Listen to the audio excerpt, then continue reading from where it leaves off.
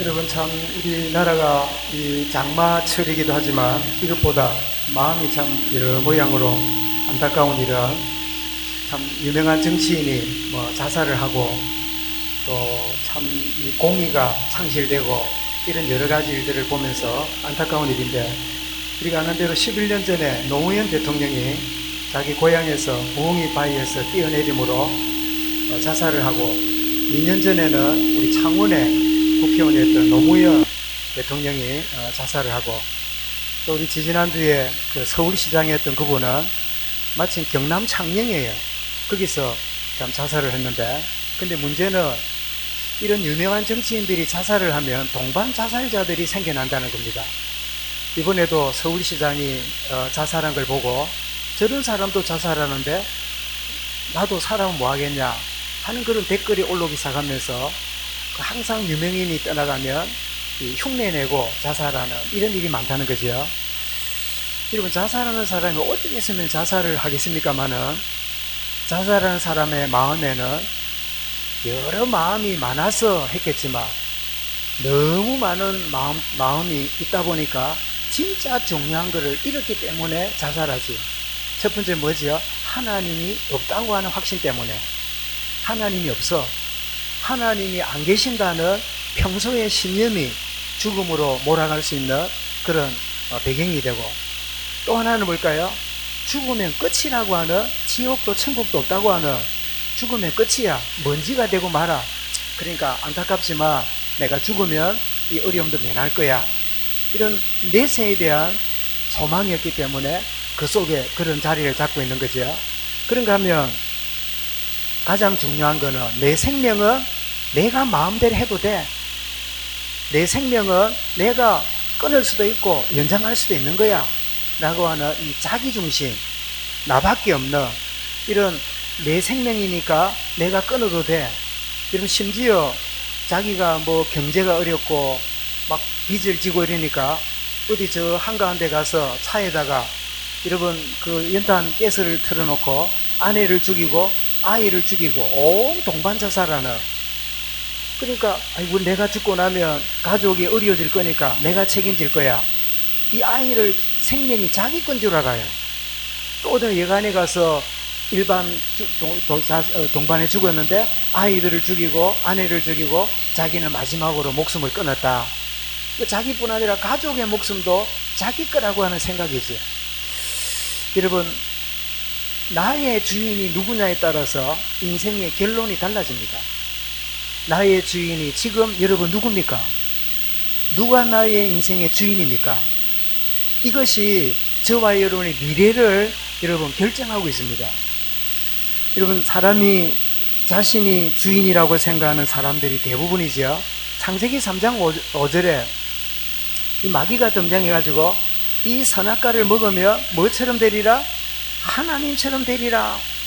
하나님처럼 되리라. 내가 인생의 주인 되는 이 유혹에 빠져서 여러분 타락을 했으니, 타락하기 전에도 유혹을 받았던 인간이 타락한 이후의 인간은 모두가 뭐예요? 자기중심이 되어버렸어요. 그래서 여러분 사사기 17장 6절에 그때에는 이스라엘에 뭐가 없으므로? 왕이 없으므로 자기 소견에 오른 대로, 사람마다 자기 소견에 오른 대로 행하였더라. 아저씨 제 말로 막 자기 멋대로 사는, 막 내 하고 싶은 대로 사는, 왜? 내 인생의 주인은 내 거야. 이러고 아이들이 성장하면서 자기 의사를 이렇게 표시하고 이렇게 자기의 본심을 드러내기 시작할 때 제일 많이 쓰는 단어가 뭡니까? 좋아 이래요. 싫어 이래요. 싫어. 그 다음에 또 뭡니까? 예, 알아서 내가 순종할게요 이럽니까? 싫어, 내 멋대로 할 거야 이럽니까? 이 인간의 본성은 자기가 중심이라, 자기 중심의 인생. 그러니 결국은 미래도 없는 자기 인생을 자기가 끌고 가다가 암초에 걸리고 그런 비참한 인생으로 생을 끝내고 마는 거지요. 그런가 하면 여러분, 교회를 다니고 예수를 믿는데도 이 종교적인 힘이나 노력으로 자신의 문제를 해결하려고 몸부림치는 이런 사람들이 또 있어요. 여러분, 결국 예수를 믿지만 예수님은 나의 손님이고 여전히 이 문제 해결자는 누구예요? 나예요. 그러니까 종교적인 행위, 어디 가서 기도원에 가서 막 금식을 하고 철야를 하고 내 힘으로 그걸 해결하려고 하는 그런 인생들. 그래서 당시에 바리새인들, 이 서기관들을 보고 마태 11장 28절에 주님 뭐라 말씀합니까? 수고하고 무거운 짐진 자들아. 오늘 여러분, 교회를 다니면서도 막 열심으로 내 문제 이거 해결하려고 그저 몸부림치는 종교적 여러분 노력으로 해결하려는 그런 인생들이 많은데, 이런 사람들의 특징이 뭐예요? 신앙생활이 너무 힘들어. 이런 사람 봤습니다. 괜히 예수 믿어갖고, 이거 그게 말이 맞습니까? 안 맞습니까? 지가 믿은 겁니까? 믿게 된 겁니까? 얼마나 어리석은 이야기입니까? 괜히 믿어갖고, 안 믿었으면 내 마음대로 할 건데, 순종도 안 되지, 내 마음대로도 안 되지, 이것도 아니고 저것도 아니, 중간치기인. 이게 바로 주님을 믿지만 여전히 누가 주인이에요? 내가 내 주인이에요. 이런 인생은 수고하고 무거운 짐을 지고 살면서요, 비참한 가운데 바울이 뭐라고 그러합니까? 오라 나는 공고한 비참한 사람이구나. 이 종교의 결론이지요. 그런데 여러분, 구원하신 주님을 나의 주인으로 삼고 성령의 인도받는 인생이 바로 하나님의 자녀들입니다. 저와 여러분은 주님을 주인으로 고백하고 성령 인도받는 생으로 지금 여러분 한 걸음 한 걸음 인도받고 있음을 저는 확신합니다. 따라합시다. 나는 주님이 주인이시다. 하나님의 성령에 인도받는 자다. 이런 마태복음 16장 16절에 우리 이게 제가 보니까 번역을 좀 이렇게 좀 임팩 있게 하면 좋겠어요. 여러분, 주는 그리스도시요 살아계신 하나님의 아들입니다. 이러니까 주는 그리스도시요 이러니까 어디가 강조가 돼요?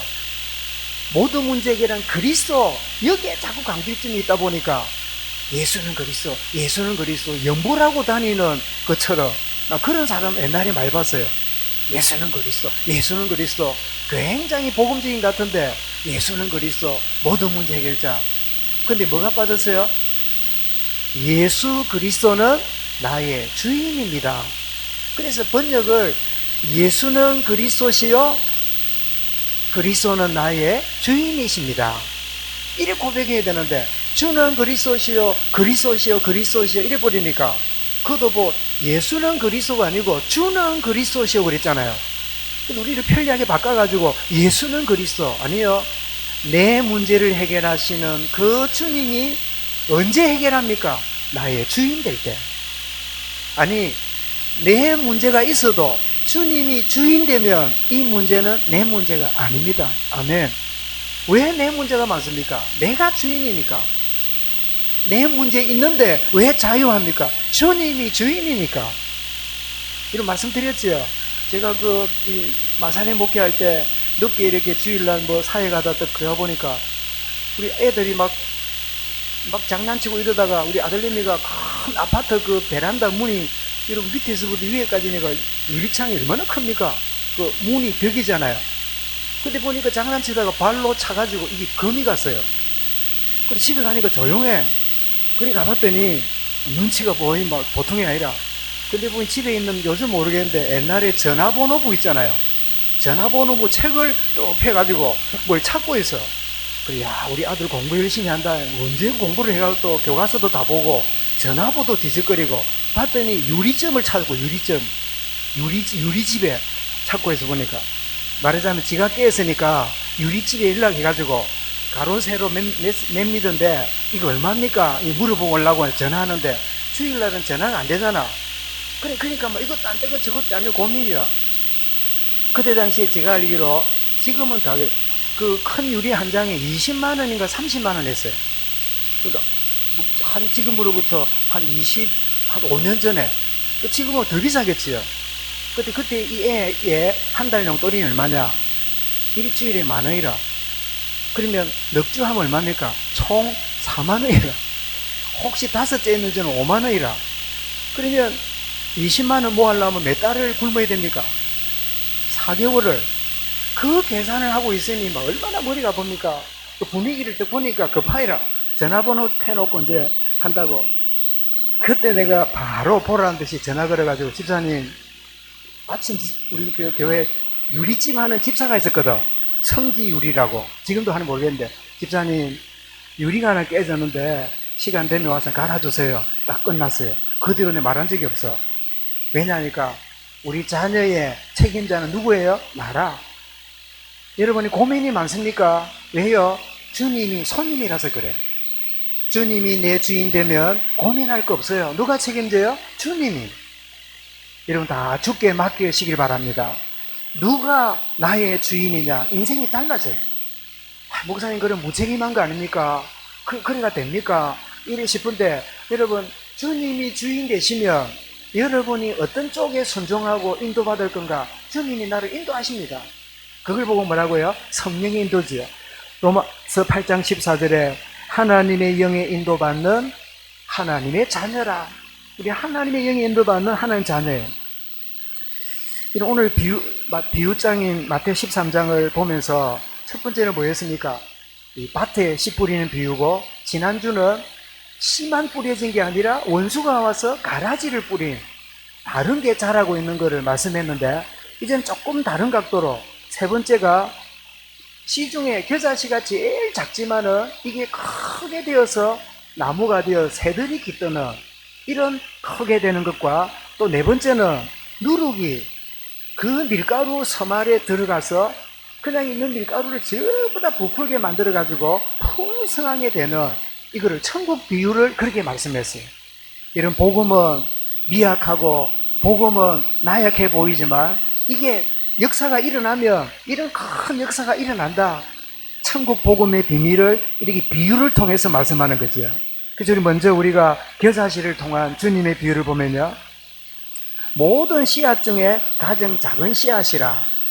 그래서 저도 하나님 은혜로 그 이스라엘을 갔잖아요. 93년도인가 이렇게 갔는데, 가서 제일 먼저 보고 싶은 게 뭐냐니까 겨자씨가 보고 싶어. 우리 냉면 먹거나 이러면 겨자 갈아난 걸 봐지 겨자씨는 잘 없잖아요. 그래서 겨자씨를 또 보니까 겨자씨가 제법 커요. 차라리 우리나라의 배추씨가 더 작아. 우리 이석기님 계시는데 그렇게 생각 안 됩니까? 내가 큰 걸 봐서 그런가? 하여튼 겨자씨라고 주는데 보니까 그렇게 씨가 작지 않아요. 우리 이런 배추씨 압니까? 이런 뭐 볼펜 있지요? 이렇게 살짝 찍어보면 그것보다 더 작다. 배추씨는 눈 나쁜 사람은 이렇게 흘려놓으면 젖도 못해요. 배추씨가 굉장히 작아요. 새카만 게. 그래요. 그런데 그 팔레스타인 지역에는 배추가 없는가 봐. 그 지역에서 제일 작은 씨앗이 뭐라고요? 겨자씨라. 근데 작은 뜻도 있지만, 이런 배추가 조그마한 씨앗이 크면 얼마나 큽니까? 무릎까지 온다, 허리까지 온다, 머리까지 올라온다. 배추가 크면 어디까지 큽니까? 민지 배추가 가봤나? 아, 가봤죠? 배추가 마냥 키우면 어디까지 큽니까? 아무리 커도 무릎 내지는 허리까지 올라오는 배추는 없어요. 왜냐하면 그게 풀이잖아요. 배추씨가 작은데 그에 비하면 배추통이 크긴 커요. 그런데 겨자씨는 그 작은 것에 비해서 크면 3m나 큰다는 거예요. 그런 의미에서 작은 씨가 3m나 크는 나무가 되니까, 그래서 겨자씨를 비유한 게 아닌가. 여러분, 가장 작은 씨 중에 하나이지만 이것이 크게 되어서 나무가 되는 것처럼, 복음의 시작은 미약해 보이지만 미약해 보이는 복음이 개인과 현장과 시대를 바꾸는 하나님의 능력이구나. 이것을 겨자씨 비유를 통하여 말씀하는 거예요. 여러분, 욥기 8장 7절에 네 시작은 미약하였으나 네 나중은 창대하리라. 이런 고린도서 1장 26절에도 형제들아 너희 부르심을 보라. 육체를 따라 지혜로운 자가 많지 아니하며 능한 자가 많지 아니하며 문벌 좋은 자가 많지 아니하도다. 그랬던 초대교회가 여러분 예루살렘을 차지하고 있는 종교인들이 감당 못했던 세계복음화를 이루는 이 일에 하나님이 사용하셨어요. 여러분 자신이나 우리 주변을 보고 아이고 우리가 이 일이 약해가지고 천천만만해요. 진짜 하나님의 복음이 맞다면 내 시작은 미약하지만 내 나중은 장대하리라. 그런 역사를 우리가 깨닫는 거예요. 여러분 겨자씨가 자라듯이 작은 믿음이 자라나서 장성한 분량에 이르면 여러분 누가복음 17장 6절에 보면 주께서 이르시되 너희에게 겨자씨 한 알만한 믿음이 있었더라면 이 뽕나무들의 뿌리가 뽑혀 바다에 심기어라 하였을 것이요 그것이 너희에게 순종하였으리로다. 여러분 살아있는 믿음의 고백은 그게 뭐가 있어요? 역사가 따른다는 걸 우리에게 교훈하는 거예요. 복음의 능력은 절대 불가능해 보이는 모든 것도 절대 가능으로 바꾸는 게 복음의 능력이구나. 로마서 1장 16절에 이 복음은 모든 믿는 자의 구원을 이시는 뭐라고요? 하나님의 능력이 됨이라. 그래서 여러분 이 하나님의 능력이라는 이 파워라는 말이 헬라어로 뭐라고요? 다이나마이트라, 두나미스. 여러분 손가락만한 그 폭약을 큰 바위에다가 한두 군데 꼽아놓고 선을 연결해서 멀리서 누르면 어떻게 되지요? 그 화약이 폭발하면서 큰 바위를 깨뜨려 버리는 거예요. 여러분 건설회사가 여러분 우리나라에 많이 생겼잖아요. 근데 요즘은 건설회사보다 건물 해체 회사가 더 수익이 많은 시대입니다. 그게 무슨 말인지 압니까? 10층, 20층 건물을 어떻게 뜯어냅니까? 거기다가 다이나마이트 폭약을요 시차별로 딱 심어가지고 누르면 어디가 무너지면 그 다음 무너지고 착착착착 하면서 보셨지요? 그대로 주저앉도록 제자리 먼지만 하고 그대로 주저앉도록 그 해체 작업하는 회사들이 대박이라. 왜냐니까 새로 빌딩 지으려고 그러면 먼저 걸 뜯어내야 되거든. 이 다이나마이트처럼 복음이 심겨지면 그 개인이, 복음이 심겨지면 그 조직이, 복음이 들어가면 그 민족이 바뀌는 역사가 일어나게 되는 거예요. 여러분 저 남태평양에 보면 피지라는 그 조그마한 섬나라가 있는데 그 기독교 국가예요. 그런데 영국이 거기 지배를 하다 보니까 영국 선교사가 피지에 가서 복음을 전하는데 거기는 식인종들만 사는 거야. 그러면 옛날 한 잡아놓고 둥둥둥둥 하고 이랬는데 한 번은 보니 하얀 먹거리가 왔어. 하얀 먹거리가 뭘까요? 백인들이라. 그러니까 맛있어 보이잖아요. 그래 둥둥둥 하늘에서 선물이라 하면서 뜯어먹고 막 빼닥이 버리고 이래가지고 이제 수년을 지냈어요. 그러다가 나중에 복음이 그들 속에 들어가는 순간에요. 이거는 인간이 하는 짓이 아니구나. 그래 깨닫고 피지가 기독교 국가로 바뀌었어요. 그리고 제가 연도는 잘 기가 나는데 얼마 전에 피지 국민들이 영국에다가 사과 편지를 보냈어요. 무슨 편지를 보냈냐? 피지 국민들은 영국 국민들에게 사과합니다. 우리가 당신들을 뜯어먹은 거 사과합니다. 이러면서 편지를 보낸 편지를 보고요. 웃었기도 하고, 복음이 위대하구나. 그 복음의 식인종을 복음의 사람으로 바꾸는 일이 벌어지구나. 야보리게 선교사님 내가 계시지만 아마 더 구체적으로 그 미개하고 우상숭배하고 정령숭배하던 자들이 복음이 들어가니까 그 인생이 변화되는 그런 자를 보고 계시잖아요. 절대 불가능을 절대 가능으로 바꾸는 하나님의 능력이 뭐지요? 그리스도의 복음이다. 여러분 복음이니까 이론이 아니라 복음이 뭐지요? 복음은 그리스도입니다. 그분은 살아 역사하시기 때문에 오늘 장로님 기도한 것처럼 부활의 주님이 이 자리에 복음으로 우리에게 역사하시면 우리의 생에 변화가 일어나기 시작하는 거예요. 저와 여러분 여기에 있고 우리의 기도 대상자가 멀리 있어도 여러분 진짜 그리스도의 복음 붙잡고 기도하면 그 영혼을 하나님이 흔들어 놓으시는 거예요. 그 영혼을 변화시키시는 거예요. 이 복음의 능력을 믿으시기 바랍니다. 이게 뭐지요? 겨자씨 비유의 메시지예요. 자, 이렇게 여러분 겨자씨가 처음에는 작았는데 점점 자라니까 점점 한 3m쯤 자라니까 무성할 거 아닙니까? 저도 이제 이스라엘 갔더니 그 나무를 보여주는데 나무가 그렇게 멋있진 않아요. 그런데 나무가 뭐 키보다 3m쯤 크니까 크잖아요. 보니까 저게 겨자나무래요. 오, 저게 겨자나무구나. 그러니까 거기 새들이 와가지고 깃들고 집도 짓고 씌었겠지요. 여러분, 이게 뭐지요? 새들이 와서 씌듯이 사람의 영혼이 복음이 있는 곳에, 여러분의 현장에, 교회 속에 영혼의 안식을 넣는 거예요. 그래서 교회는, 이 겨자씨 비유는 교회를 의미합니다. 여러분, 교회는 뭘까요? 오늘 우리 모여있는 여기가 믿음의 사람 모인 교회지요. 여러분의 현장이 교회임을 믿으시기 바랍니다. 여러분의 사무실이, 여러분 집이, 여러분 직장이, 여러분이 복음의 생명을 갖고 있다면 그곳에 겨자씨 역사가 일어나게 되는 거예요. 여러분, 뭐 하려 하지 말고 믿으시기 바랍니다. 주님, 작은 겨자씨가 자라서 나무가 되고 나무에 새들이 깃들듯이 나의 현장에 내게 주신 생명의 복음이 나무가 되어서 수많은 영혼에게 힘을 주고 안식을 주고 답을 주는 교회로 사용되게 하여 주옵소서. 저는 그래서 이런 꿈을 꿉니다. 여러분, 우리 교회 건물에 이렇게 이제 천정이 있고 이렇게 우리 벽이 있고 이러는데 눈에 안 보이게 뭐가 있기 때문에 이 건물이 이렇게 붙어 있고 있을까요? 기초가 있고 이 기둥이 있잖아요. 그 다음에 위쪽에도 안 보여서 그렇지 옆으로 이렇게 연결된 이렇게 콘크리트가 있겠지요. 옛날에는 썩가래라 그랬잖아요. 뭐 이렇게 있겠지요. 그러면 이런 기둥들이 얼마나 올라가냐에 따라서 건물 크기가 결정이 돼요. 그죠? 여기 보니까 하나, 둘, 셋, 넷, 다섯, 여섯, 7개 기둥이 쭉 돼 있다 보니까 이 정도 사이즈가 나왔지요. 옆으로도 물론 있겠습니다만은. 그러면 우리 성도들이 있는 그 자리는 교회 기둥과 같아요. 통호동에 기둥 하나 있고, 장천동에 하나 있고, 김해에도 하나 있고, 창원에 있고, 덕산동에 하나 있고, 모든 곳곳마다 있는 이것들이 뭐죠? 큰 교회 지붕이라고 저는 믿습니다. 제가 착각일까요? 왜냐하니까 생명의 복음을 가진 아이라도 그 자리에는 어떤 일이 벌어져요?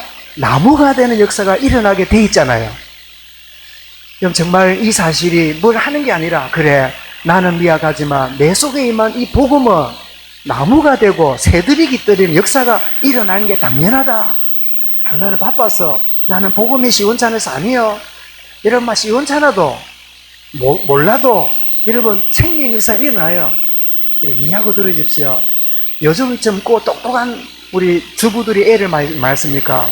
난 놓고 기억자도 모르는 우리 할머니들이 많이 낳았습니까? 네? 어떻습니까?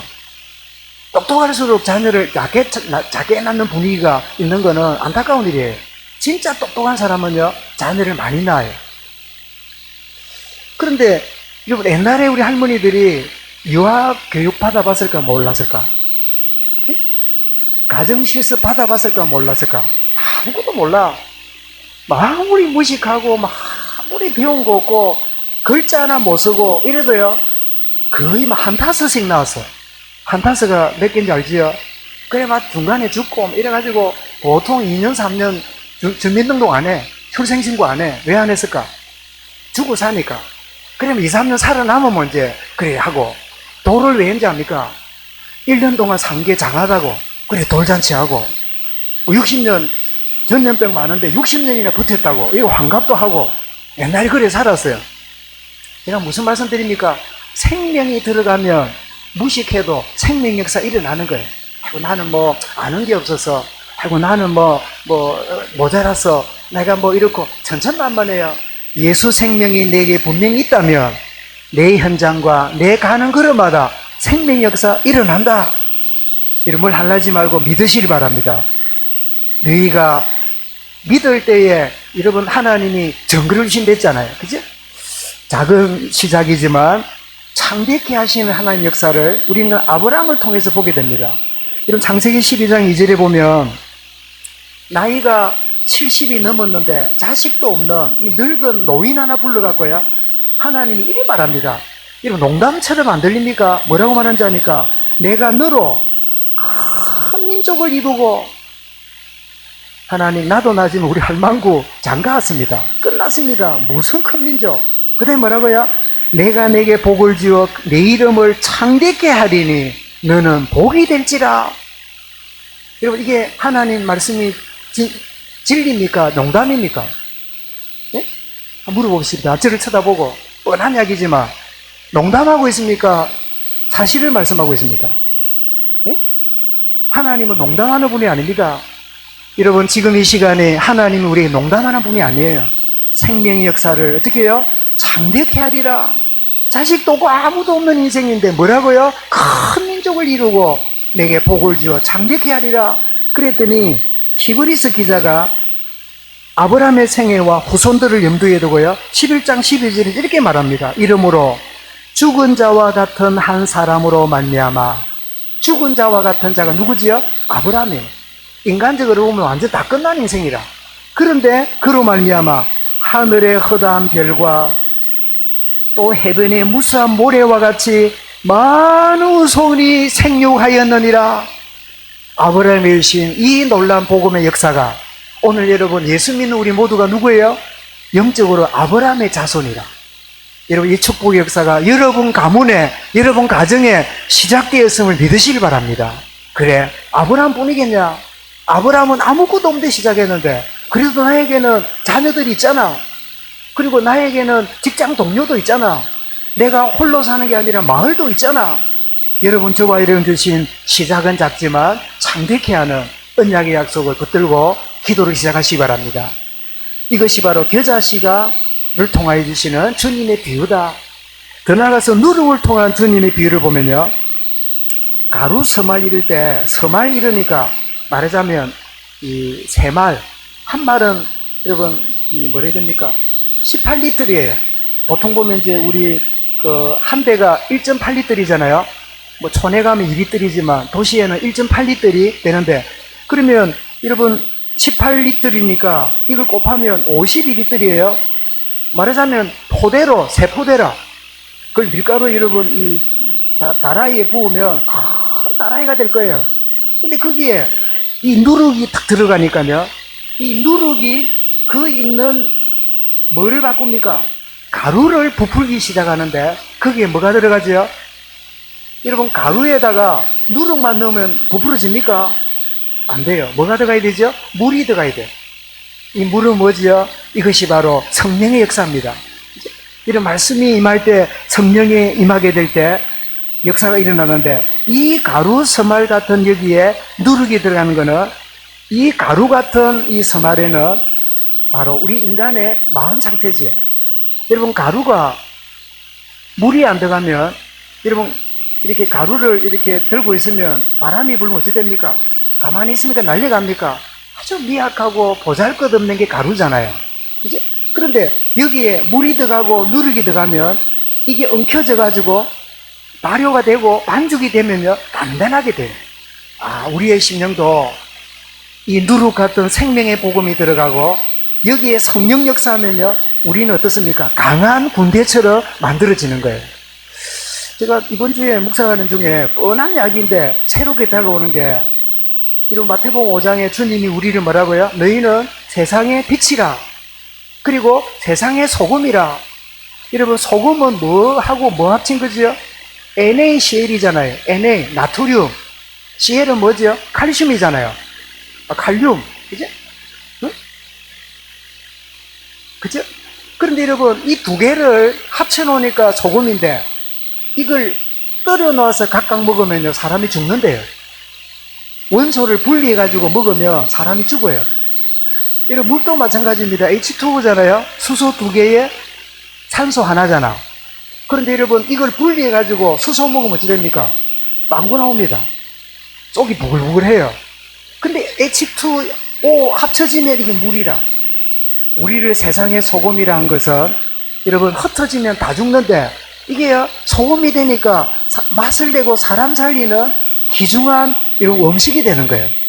이 가루 같은 쪽에 누룩이 들어가니까 부풀기 시작하는데, 그런데 재밌는 거는, 오늘 여러분 겨자씨를 뿌리는 경우는 사람이 자기 밭에 갖다 심는다 하는 남자로 나오고, 그 다음에 이 누룩은 누가 나옵니까? 여자가 가루 서말 속에 이래요. 그래서 뭐 남자나 여자 중요하겠습니까만은, 문득 누가복음 15장에 여러분, 이 드라크마를 잊어버렸던 한 여인이 한 드라크마를 잊어버리니까 나머지 9개가 소용이 없는 거예요. 그래서 한 드라크마를 등불을 켜고 옛날 우리 개혁에는 뭐랬습니까? 찾도록 찾지 아니하겠느냐. 그러면서 여러분 찾게 하시는데 그 여자가 누구로 설명되죠? 성령님이에요.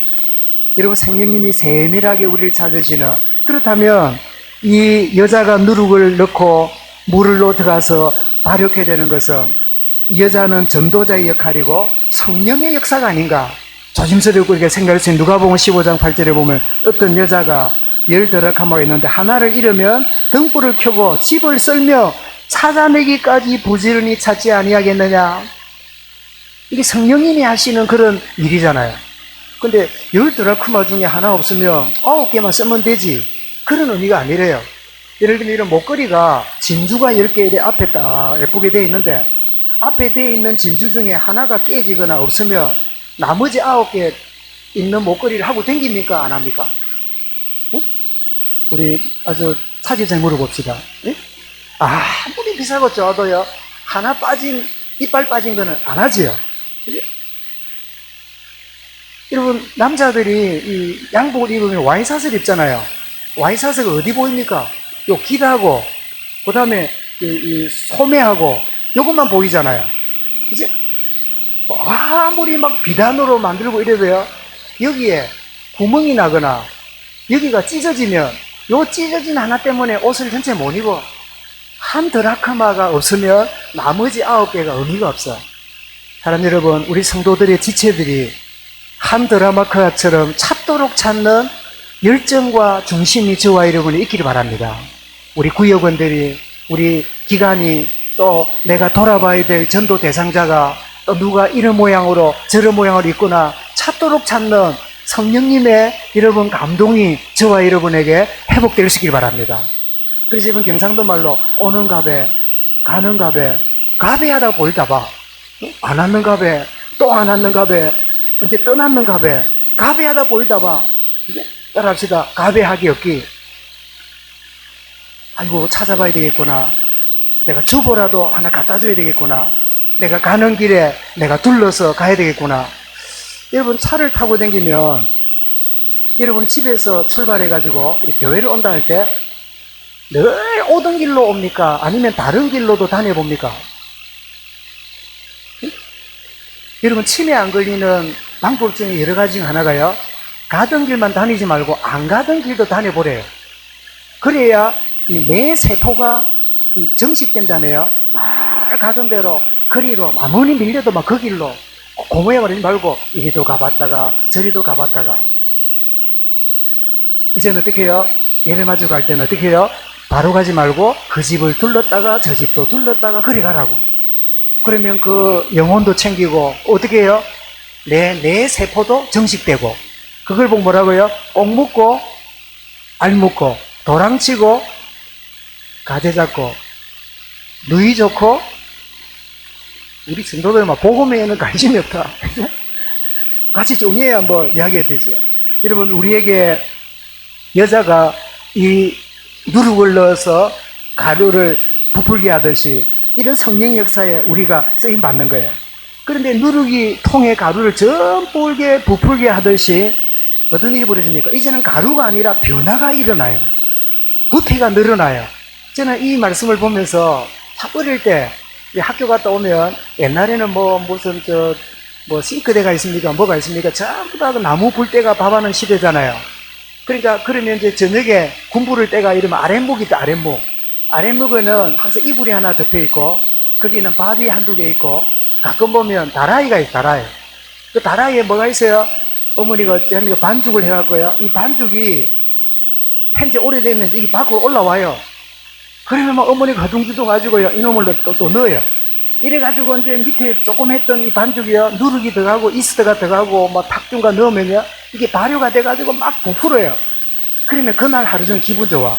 그 가지고 뭐 해요? 그 가지고 이제 솥에다가 이래 넣어가 찌면 그 빵이 얼마나 맛있는지 몰라. 요즘 막 길가에 무슨 옥수수 빵인가 스폰지 빵인가 먹어보면요, 그 맛이 아니라 옛날에 먹을 게 없어서 그런지 막 옛날에 먹으면 얼마나 맛있는지 몰라. 하루 종일 기대가 돼. 여러분, 이 가루가 발효가 되기 시작하니까 완전히 여러분 변화가 막 일어나죠. 이 고린도서 5장 6절에 적은 누룩이 온 덩어리에 퍼지는 것을 알지 못하느냐. 그냥 누룩은 조금인데 이것이요 영향을 막 주기 시작하죠. 여러분, 이 원리를 안다면 여러분이 쏘가서는 안 돼요. 예를 들면 여러분이 어느 직장이나 어느 부서에 갔는데, 아니면 어느 학교나 갔는데 내가 예수 믿는다는 걸 내가 안 드러낸데도 알아요. 그러면 그 안 믿는 조직에서 나를 좋아할까요? 싫어할까요? 막 싫어합니다. 괜히 뭐 말도 안 했는데 예수쟁이들이 뭐 어쩌고 저쩌고 뭐 돈 띠문 놈은 처음부 다 집 사들하면서 뭐 어쩌고 우리 집안에 누가 뭐 권사고 누가 뭐 어쩌고 막 목사고 막 온갖 소리를 다 합니다. 아니 나는 가만히 있는데 너는 와 떠드는데요. 내가 누룩인 줄 알아요. 내가 자기들하고 다른 걸 알아요. 역설적으로 영향을 주고 있는 거야. 그럼 우리는 어쩝니까? 막 내가 힘해야지, 입 다물고 안 믿는 척 해야지, 밥 먹을 때도 눈 사가고 묻고 해야지. 얘가 막 안 믿는 척하고 돌아다닙니다. 안 할 것과 막 그거는 네 생각이고 다 합니다. 예? 다 우리의 그 흔적을 다 합니다. 왜냐하니까 우리 안에 뭐가 있어요? 예수의 향기가 있거든. 우리 속에 뭐가 있어요? 이런 생명의 복음이 있거든. 무슨 말입니까? 가만히 있어도 여러분 막 난리가 나고 반대가 일어나고 뭐 어쩌고 저쩌고 막 이렇게 한다는 말은, 아, 내가 누룩이니까 이 가루에 영향을 주고 있구나. 있는데, 아이고, 할렐루야, 감사하다. 우리 직장에 예수제 갔다. 아, 너무 기쁘다. 회식하자. 그런 경우 있을까, 없을까? 절대 여러분 창세 이후에 그런 적 없어요. 여러분 막 며느리가 들어왔는데요. 예수쟁이래. 그럼 막 종갓댁에서 걱정하지. 와, 할렐루야, 막 우리 집안에 예수쟁이 들었다면서 기뻐한다고 막 선물권 보내고 그런 일이 있을까, 없을까? 절대로 그런 일이 없어요. 난리가 납니다. 저 큰애 났다고 집안 망했다고 말도 안 했는데, 며느리가 뭐 연락을 했습니까? 전화를 했습니까? 그냥 있는데 왜 난리가 납니까? 누룩이 퍼지듯이 영향을 주고 있는 거예요. 그치? 여러분, 우리는 여러분 속일 수 없는 예수 생명의 흔적이 있는 거예요. 그렇다면 이왕 아는 거 어떻게 해요? 내가 막 여러분 막 돌아다니면서 막 짓궂게 하고 그래 할 필요 없어요. 그냥 깨끗하게 기도하고, 그죠? 또 뭐 밥 먹고 또 뭐 자료 있으면 하나 읽어볼래? 그 싫다 하면 뭐 하지 말라네 하고 가져오면 되고, 당당하게. 그죠? 그래서 여러분, 그 아이가 교회 주일학교에서 밥 먹을 때는 기도해야 돼요. 이러니까 또 보니까 아빠는 숟가락으로 바로 먹거든. 아빠 왜 기도 안 해요? 야, 인마 기도 말라 하는데 했더니 우리 선생님이 그러던데 동물하고 사람하고 밥 먹을 때 차이 난다던데. 그럼 뭐 차이 나는데? 동물은 그냥 먹고 사람은 기도하고 먹는다던데. 아버지가 아버지 뭐예요? 동물이라. 이 새끼 기분 나쁘다면서. 그게요, 인생을 흔들어. 내가 동물인가? 여러분, 아이가 하는 말은요, 그 말이 더듬덜 하는 아이 말이요, 굉장히 충격 주는. 내가 동물인가? 잠이 안 왔다. 잠이. 동물? 얼마나 기분 나빠. 어디 교육시키길래 이러냐고 막 싸우고 하겠지요. 근데 여러분, 복음의 이 영향은요, 아무리 반대하고 골리앗이 고함 질러도 너를 욕하는 여호와 이름 나가는 한 생명 앞에 어느 날 변화 일어나요. 이게 여러분 누룩 비유가 가져다주는 하나님 약속입니다.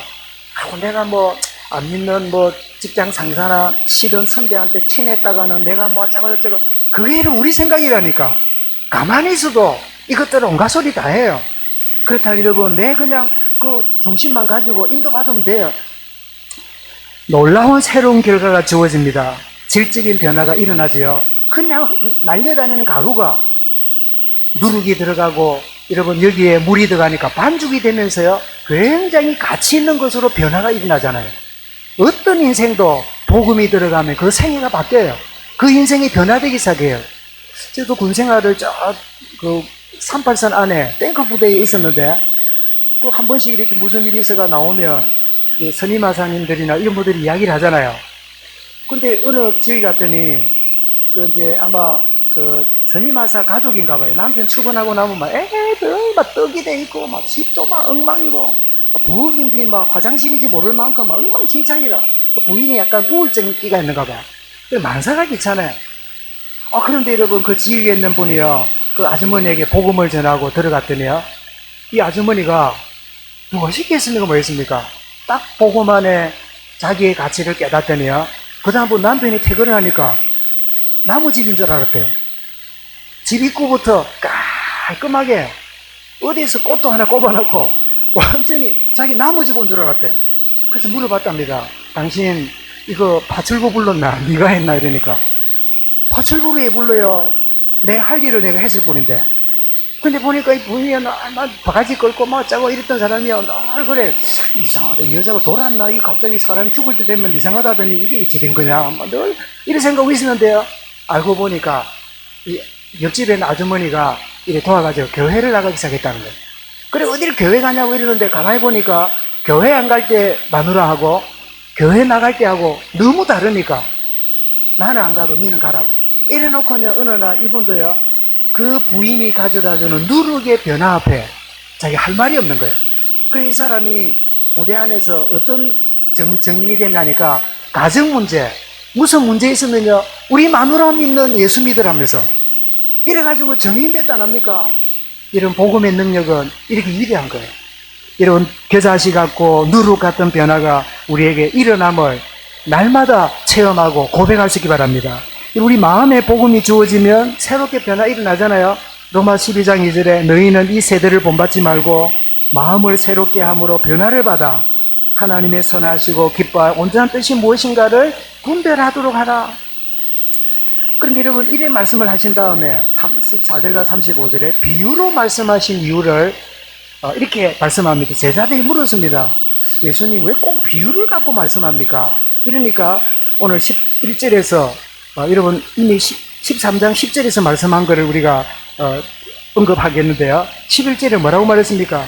천국의 비밀을 아는 것이 너희에게는 허락되었으나 은혜 받을 자에게 그 은혜를 깨닫게 하려고 비유를 하신다는 거예요. 16절도 뭐랬습니까?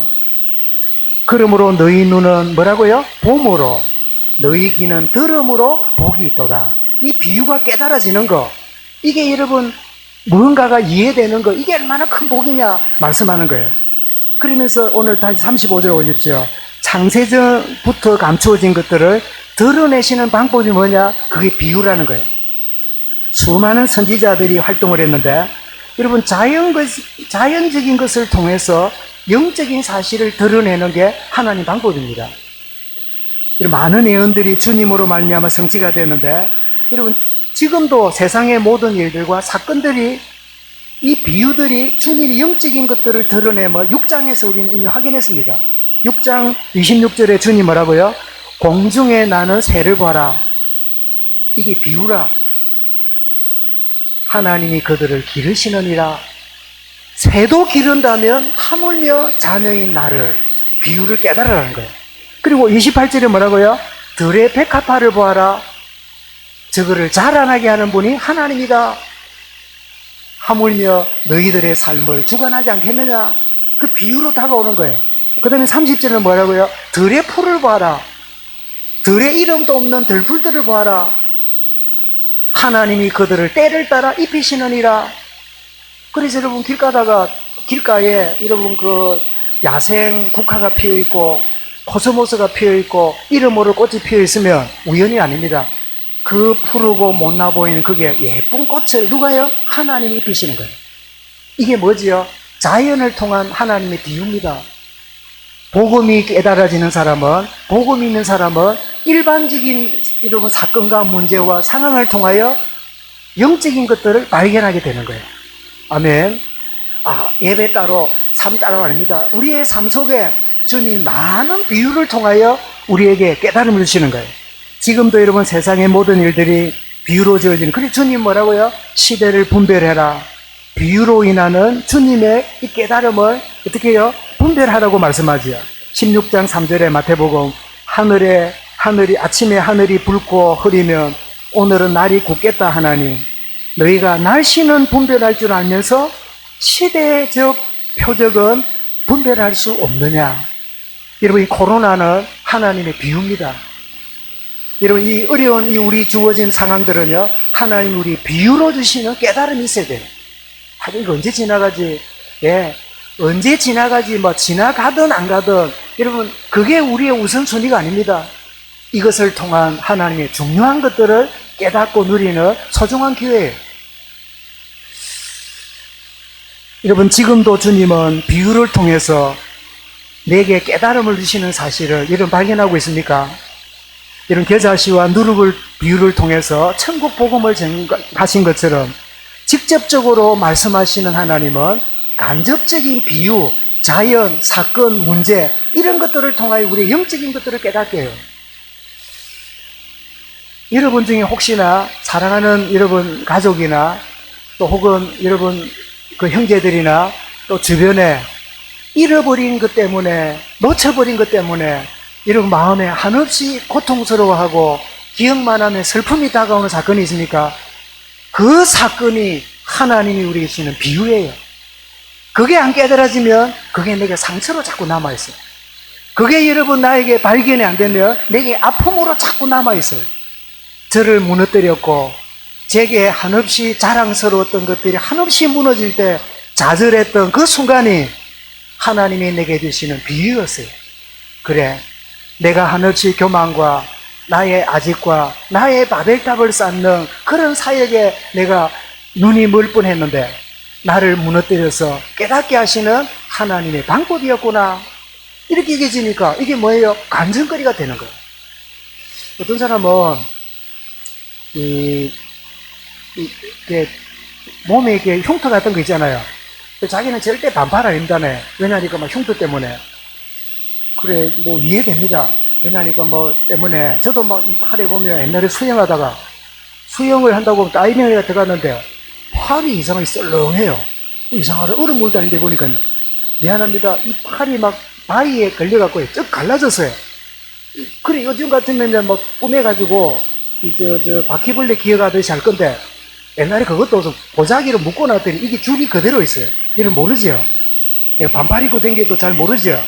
그래도 본 사람은 봤을 거야. 근데 저는 거기 연연하지 않습니다. 왜? 그거는 사고라. 그냥 일종의 사고라. 하고 내 부끄러워서 반팔 못 입겠네. 사고 났는데 뭐. 여러분, 생각지도 않게 강도가 들어서 여러분 폭행을 당한 한 여인이 평생에 나는 더러운 여자야. 평생에 나는 애도 못 낳을 거야. 나는 부정한 여자야. 이런 가운데 있다가 어느 날 간음한 현장에 잡힌 여인들을 치유하시는 주님 보고 그건 내 사고였구나. 그냥 지나가는 하나의 바람이었구나. 내가 쏟고 있었구나. 이것이 그 사건이 나에게 뭐예요? 영적인 자유를 주는 주님의 비유였어요. 때로는 이런 아픔의 사건이 고통의 여러분 현실이 나에게 뭐가 돼요? 비유로 다가와야 돼요. 깨달아지면 간증거리고 그걸 모르면 어떻게 해요? 상처거리가 되는 거예요. 다시 한번 여러분 고백하십시다. 나에게는 상처가 아니라 간증거리가 많습니다. 여러분 간증거리가 저와 여러분이 주어졌음이 고백되면 주어진 비유를 영적으로 깨달은 사람들이에요. 왜 나는 가난하게, 왜 나는 이런저런 가운데 성장하고 그랬을까? 그러니까 돈에 노예되는 여러분 노년이 아니라 오히려 그 때문에 어려웠던 여러분 세계를 알고 오히려 더 자유하게 되는, 그럴 때도 내가 승리하고 나온 마당에 내가 이토록 돈의 노예가 되어 있는 여기에 내가 묶여 있다면 내가 속은 거다. 그렇다면 여러분 가난하게 자란 그것이 나에게 비유가 되는 거예요. 오히려 가난하고 어려운 사람들을 진짜 배려하고 돌아보는 어떤 사람 되죠? 전도자로 오히려 쓰임받기 시작하는 거예요. 이런 대부분의 일반인들도요, 여러분, 저는 강 집사님 허리 때문에 이럴 때 저는 기도합니다. 주님, 고침받는 정도가 아니라 저런 문제 때문에 힘드는 사람에게 정인으로, 전문 사역자로 쓰임받을 줄 믿습니다. 쓸데없이 아프게 하고 고쳐주고 그게 하나님 그 짓궂은짓만 하십니까? 아니요. 문제 줄 때는 그 문제를 가진 사람에게 정인으로 쓰신 하나님 계획이 있는 거예요. 이것이 나에게 비유구나 깨달아지면 매이지 않습니다. 이런 그리스도 이름으로 치유의 능력이 임하길 바랍니다. 그러나 늘 불편하게 지난다 할지라도 거기에 매이지 않는 자유자가 되는 거예요. 뭐가요? 비유가 깨달아지면, 영적인 의미를 주신다는 게 깨달아지면 왜 그렇게 기도하고 할머니가 나를 위해 눈물로 기도했는데 나는 95년 동안 앞을 보지 못합니까? 앞을 보지 못하는 이 비참한 저주, 이거는 내가 어디에서 위로받겠느냐고. 그렇게 살았다면 크로스비는 평생의 장애자로 살았을 거예요. 근데 크로스비는 장애자로 기억되지 않고 찬양 전도자로 기억됩니다. 왜요? 앞을 보지 못하게 하는 것은 영안을 뜨게 하는 하나님의 비유를 발견한 거예요. 육신의 눈을 뜨고 온 세상에 돌아다니는 유혹으로부터 나를 자유케 하셨구나. 나를 주님만을 오롯이 바라보게 만드는 이 비유가 의사의 실수였지만 이것이 하나님이 주시는 비유구나. 이럴 때 눈뜬 사람이 모르는 미국의 수많은, 그래서 미국의 유인 중에 제일 큰 영향을 준 사람이 누구랍니까? 에브라함 링컨이 아니라 크로스비라 그러지요. 여러분, 정말 우리에게 주어진 모든 것들이요, 하나님이 깨닫게 만드는 비유로 다가오는 거예요. 이 사실이 우리에게 깨달아지면 여러분, 자연을 통해 주시는 깨달음을 아브라함에게 주셨습니다. 창세기 22장 10절은 아브라함아, 하늘의 별을 보아라, 땅의 모래를 보아라, 네 자녀를 주리라. 그러면 아브라함이 별 볼 때마다 뭐 봤을까요? 1번 별 볼 일 없었다. 2번 별을 볼 때마다 주님 약속을 생각했다. 그렇겠지요. 남들은 빛나는 별이지만 약속 가진 아브라함은 그것이 비유라. 하나님이 내게 언약을 이루는 증거야. 여러분, 시대의 징조를 발견하고 이게 하나님 메시지구나 깨달아야 돼. 마태복음 4장에 보면 말세에 이런 일이 벌어질 건데 막 난리가 나고 전쟁이 나고 기근이 나고 믿음을 배교하고 버리고 예수 믿는다고 잡아주러 가고 불법이 성행하고 사랑이 식고, 그러면 13절에 뭐라고요? 그러나 끝까지 견디는 자는 구원 얻으리라. 조금 우리 후에 이 차별금지법이 얼마나 심각한가 하는 영상을 보게 될 거예요. 그런데 우리가 데모도 하고 하지만 이 진보 정권이 교묘하게 이런 막 국회를 중심으로 해가지고 통과될 수도 있어요. 이것이 저는 말세의 징조라고 생각합니다. 불법이 성행하고 다른 복음 전하는 것은 차별금지법에 벌금을 하고, 나중에 나오겠습니다만은 목사가 동성애는 죄라고 말했다고 감옥에 가고, 이런 일들이 법이 정해지면 서서히 벌어지는. 그래서 여러분, 호주입니까 어디에 남자끼리 사는 이 동성애 부부가 이 빵집에 왔어요. 빵집에 와가지고 내일 우리 남편이, 둘 다 여자 남자인데 남편이고 여편이 있어. 내일 생일 케이크니까 거기다가 생일 케이크 맞출 때니까 그 맞춰달라 이러니까 그 빵집 주인이 아주 독실한 크리스찬이었어요. 그 마을에 동성애 부부가 있다는 소리를 들었는데 자기 집에 빵을 맞춘다고 온 거예요. 거기다가 뭐 이렇게 뭐 글자도 써 이러는데요, 이 사람 신앙 양심이 안 맡겼어요. 그래서 미안한데 내가 당신들에게 빵을 만들어줄 수 없습니다 하고 거절했어요. 그 길로 바로 경찰 신고해가지고 가게 문을 닫았어요. 이게 여러분, 믿음의 마지막 때에 오는 징조이랍니다. 그동안 우리는 여러분, 이승만 대통령 장로로부터 우리 한국이 많은 자유와 신앙의 자유를 누리고 왔지만 서서히 여러분, 어두운 그림자들이 우리 속으로 들어오므로 이거냐 저거냐 결단 안 하면 안 되는 그런 마지막 때의 징조가 마태복음 4장 이야기예요. 내가 믿는다는 것을 옆에 고발하면 상금 주는 시대가 왔어요. 이번에 이거 보셨지요? 경기도 어느 도시인가에 보니까 공고가 나왔어요. 누가 예배 참석하는 거 주일 말고 수요일이나 금요일 구역 예배 참석하는 고발하면 상금 주겠다고, 그게 공문으로 나왔어요. 그런 시대가 여러분 점점 옵니다.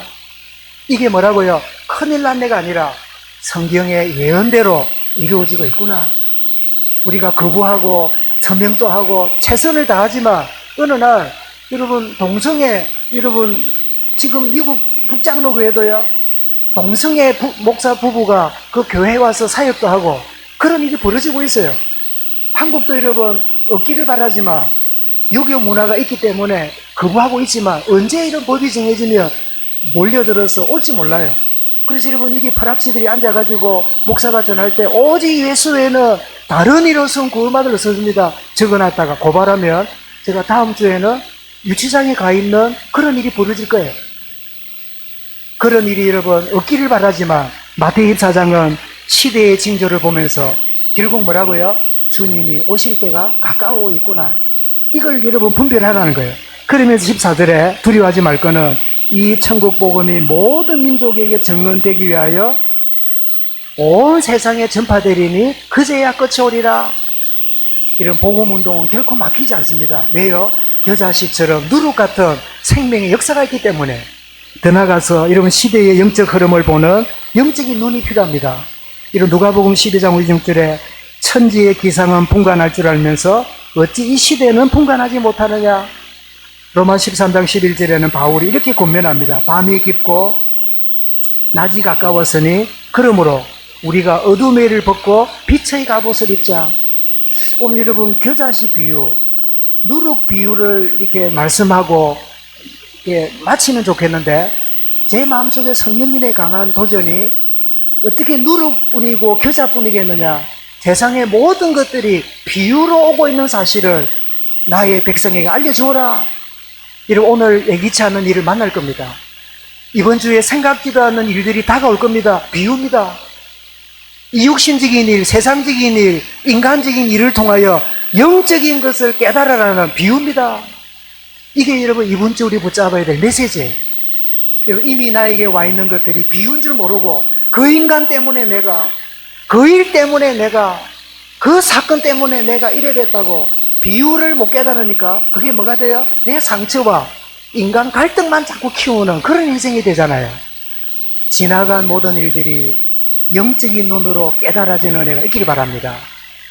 앞으로 다가오게 될 모든 것들이 영적인 것들을 깨닫게 하는 비유로 하나님이 내게 주시는구나 깨달아 주시기 바랍니다.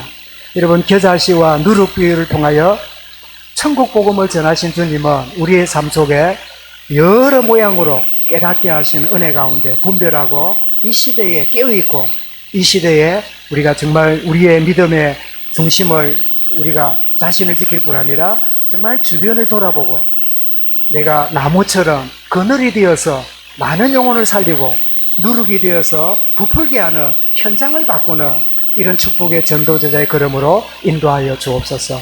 이 말씀 붙잡고 승리하시기를 주의 이름으로 축원합니다. 감사합니다. 주님, 누룩 비유와 겨자씨 비유를 통하여 천국의 복음을 말씀해 주셨는데 그렇습니다.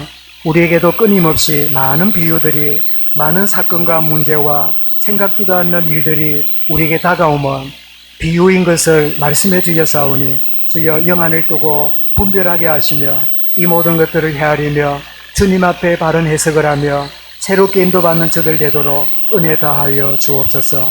여러 가지 문제와 한계와 답답함이 있는 이들 비유로 다가온 하나님의 계획을 깨닫고 주여 성령으로 깨닫게 하시고 승리하며 그 모든 것들이 발판되며 감정거리로 참 세워지는 축복 누리는 우리 모든 성도들, 우리 모든 후대들 되게만 하여 주옵소서.